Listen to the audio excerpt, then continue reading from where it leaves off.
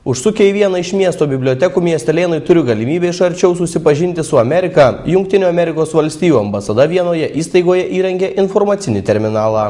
Šiandien Panevėžio miesto savivaldybės viešojoje bibliotekoje Kniaudiškių gatvėje pristatytas informacinis terminalas Pažink Ameriką. Į biblioteką jį atgabeno Jungtinių Amerikos valstijų ambasados atstovai. Čia vadinasi toks mobilusis infoterminalas, informacinis terminalas. Kaip yra toks mažiukas Amerikos kampelis. Jis yra įrengtas su informacija apie Ameriką, apie jų geografiją, kultūrą galima susipažinti su. O irgi galima pažinti, kaip keliauti į Ameriką, ką reikia, kaip susisiekti su ambasada. Tai va čia yra mūsų tokia priemonė interaktyviai pabendrauti su žmonėmis po visą Lietuvą. Mes tikimės, kad bendrauti su žmonėmis reikia ten, kur jie ateina ieškodami informacijos.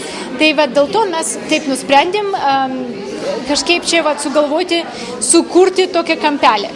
Į mūsų kolega, mūsų informacinės technologijos specialistas, jis sugalvojo šitą mintis. Čia yra kompiuteris, paprastas toks įdėtas į šitą korpusą. Ir mes irgi mokykloms ir bibliotekams galim pasiūlyti programinę įrangą, informacinę įrangą irgi į disko formatų, disko atveju. Bibliotekos atstovai sako, kad to momento, kai terminalas bus pastatytas jų bibliotekoje, laukia jau seniai. Pasak įstaigos direktorės, dabar šią naujovę galės džiaugtis visi bibliotekos lankytojai ir pasisemti daugiau informacijos apie anapus Atlanto esančią šalį.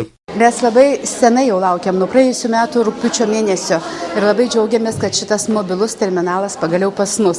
Jis pas mus bus iki naujų metų ir mes labai tikimės, kad panevėžiečiai turės galimybę, unikalią galimybę iš arčiau susipažinti su Amerika, pakeliauti po Ameriką ir mes kviečiam visus pasinaudoti šitą retą galimybę, nes tai labai geras terminalas ir mes nuo rudens pradėsim kviesti moksleivius į ekskursijas, į konkursus, į viktorinas.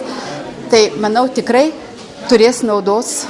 Visada informacija, gera informacija, naudinga informacija turi naudos. Tai trečiasis toks informacinis terminalas mūsų šalyje. Po vieną dar stovi Vilniuje ir Utenoje. Tačiau šis terminalas priešingai nei du pirmieji yra mobilus ir keliauja po visus Lietuvos miestus.